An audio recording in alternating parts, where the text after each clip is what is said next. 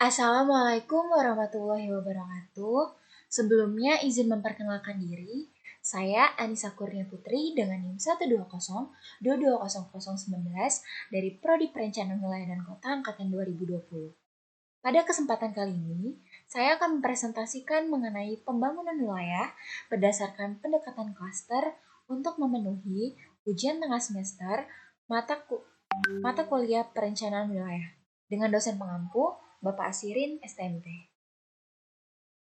Adapun outline yang akan saya bawakan, yang pertama, pengenalan mengenai teori klaster, yang kedua, pokok pemikiran teori klaster, yang ketiga, kebijakan pembangunan dengan pendekatan keunggulan kompetitif, dan yang keempat adalah kesimpulan.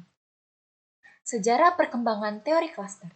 Teori klaster adalah suatu pendekatan yang digunakan untuk menjelaskan dan menganalisis fenomena ekonomi, khususnya terkait dengan bagaimana suatu wilayah atau daerah dapat berkembang melalui konsentrasi dan interaksi antara berbagai industri atau sektor yang saling terkait.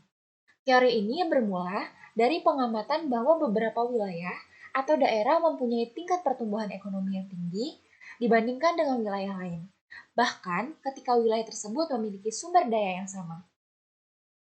Teori klaster pertama kali diperkenalkan oleh seorang ekonom asal Italia bernama Alfredo S. Deindustrialisasi. Pada tahun 1970, Alfredo mulai mengamati bahwa beberapa wilayah di Italia memiliki tingkat pertumbuhan ekonomi yang lebih tinggi dibandingkan wilayah lain. Kemudian, pada tahun 1990, menjadi semakin populer setelah Michael Porter, seorang profesor dari Harvard Business School, menerbitkan buku yang berjudul The Competitive Advantage of Nations pada tahun 1990. Porter menekankan pentingnya hubungan antara perusahaan dengan lembaga pendukung dalam mengembangkan klaster. Menurutnya, lembaga pendukung yang kuat seperti universitas atau lembaga riset dapat memfasilitasi transfer teknologi dan pengetahuan antara perusahaan dan klaster. Teori klaster kemudian diterapkan dalam berbagai wilayah di seluruh dunia dan menjadi suatu pendekatan yang populer dalam pengembangan ekonomi lokal. Teori ini membantu pemerintah dan pengusaha dalam merancang strategi pengembangan wilayah yang lebih efektif dengan memanfaatkan potensi dan kekuatan yang ada dalam suatu wilayah. Kemudian istilah teori terkait teori klaster. Yang pertama, ada distrik industri kecil atau small scale industry district. Suatu wilayah atau daerah yang terdiri dari kumpulan industri-industri kecil yang bergerak dalam bidang yang sama atau terkait dan terletak di suatu lokasi geografis yang sama. Kemudian ada klaster. Klaster merupakan sebuah kelompok industri dalam suatu wilayah yang saling terkait dan dapat meningkatkan produktivitas dan inovasi melalui interaksi antara perusahaan, pemasok, dan lembaga pendukung. Kemudian ada kompetisi sehat atau healthy competition, di mana kompetisi antara perusahaan dalam suatu klaster yang mendorong inovasi dan peningkatan kualitas produk dan layanan. Kemudian ada lembaga pendukung atau supporting institution, di mana lembaga ini seperti universitas atau lembaga research yang dapat memfasilitasi transfer teknologi dan pengetahuan antara perusahaan dalam klaster. Kemudian ada inovasi. Proses penciptaan, pengembangan, dan penerapan ide-ide baru yang dapat meningkatkan nilai ekonomi dan sosial. Dan yang terakhir ada pengembangan wilayah atau regional development. Regional development adalah upaya untuk meningkatkan pertumbuhan ekonomi dan kesejahteraan sosial dalam suatu wilayah melalui pengembangan sektor-sektor ekonomi dan pemanfaatan potensi yang ada di wilayah tersebut. Kemudian ada pokok pemikiran mengenai teori klaster. Pokok pemikiran teori klaster adalah bahwa adanya konsentrasi industri atau sektor dalam wilayah dapat meningkatkan efisiensi, produktivitas, dan inovasi dalam sektor tersebut, serta memberikan keuntungan bagi wilayah tersebut secara keseluruhan. Dalam teori klaster, pentingnya lembaga pendukung seperti universitas dan lembaga riset juga ditekankan, Karena lembaga pendukung dapat memfasilitasi transfer pengetahuan dan teknologi antara perusahaan dalam klaster. Selain itu, teori klaster juga menekankan pentingnya kebijakan pemerintah yang mendukung pengembangan klaster, seperti kebijakan infrastruktur dan kebijakan ekonomi yang berorientasi pada pengembangan sektor-sektor tertentu. Kebijakan ini membantu menciptakan lingkungan bisnis yang kondusif bagi perkembangan klaster dan meningkatkan daya saing wilayah tersebut secara keseluruhan. Kemudian, ada faktor-faktor yang menentukan daya saing wilayah.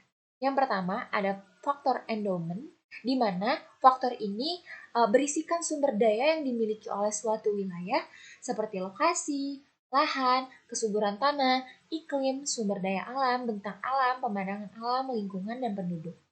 Kemudian ada faktor keunggulan secara makroekonomi, di mana faktor ini berisikan seperti kebijakan moneter dan fiskal, pembangunan manusia dan kelembagaan politikal yang efektif.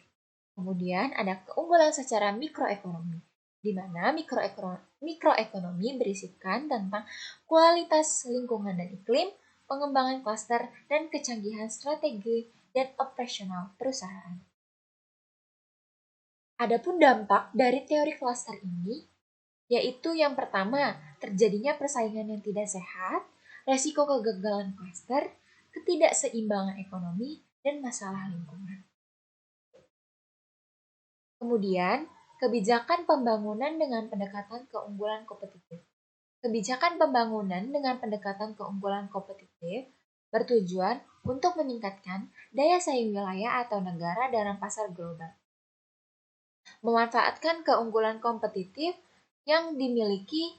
Keunggulan kompetitif ini dapat berasal dari faktor-faktor seperti sumber daya alam, teknologi, tenaga kerja, infrastruktur, dan lain-lain. Beberapa langkah yang diambil dalam menerapkan kebijakan pembangunan dengan pendekatan keunggulan kompetitif antara lain, yang pertama ada analisis keunggulan kompetitif, identifikasi sektor unggulan, pengembangan sektor unggulan, peningkatan infrastruktur, dan yang terakhir, peningkatan kualitas sumber daya manusia. Dapat disimpulkan bahwa pembangunan wilayah berdasarkan pendekatan klaster adalah strategi pengembangan wilayah yang berfokus pada pengembangan sektor-sektor ekonomi yang berkaitan secara langsung atau tidak langsung. Pendekatan klaster menempatkan sektor-sektor ekonomi dalam suatu kelompok yang saling terkait dan berdampak pada pengembangan ekonomi wilayah secara keseluruhan. Dalam pendekatan klaster, sektor-sektor ekonomi yang memiliki keterkaitan atau hubungan erat dikembangkan bersama-sama untuk meningkatkan daya saing dan efisiensi. Hal ini dilakukan dengan membangun sinergi antar sektor melalui kolaborasi, koordinasi, dan interaksi antar pelaku ekonomi dalam klaster tersebut. Dalam kesimpulannya, pendekatan klaster merupakan salah satu strategi pengembangan wilayah yang dapat meningkatkan daya saing, efisiensi produksi, dan pengembangan inovasi dalam sektor ekonomi yang saling terkait. Oleh karena itu, pendekatan klaster dapat menjadi alternatif dalam upaya meningkatkan pertumbuhan ekonomi dan pengembangan wilayah secara berkelanjutan. Mungkin itu saja yang dapat saya sampaikan. Kurang lebihnya saya mohon maaf. Saya akhiri. Wabillahi taufiq wal hidayah. Wassalamualaikum warahmatullahi wabarakatuh.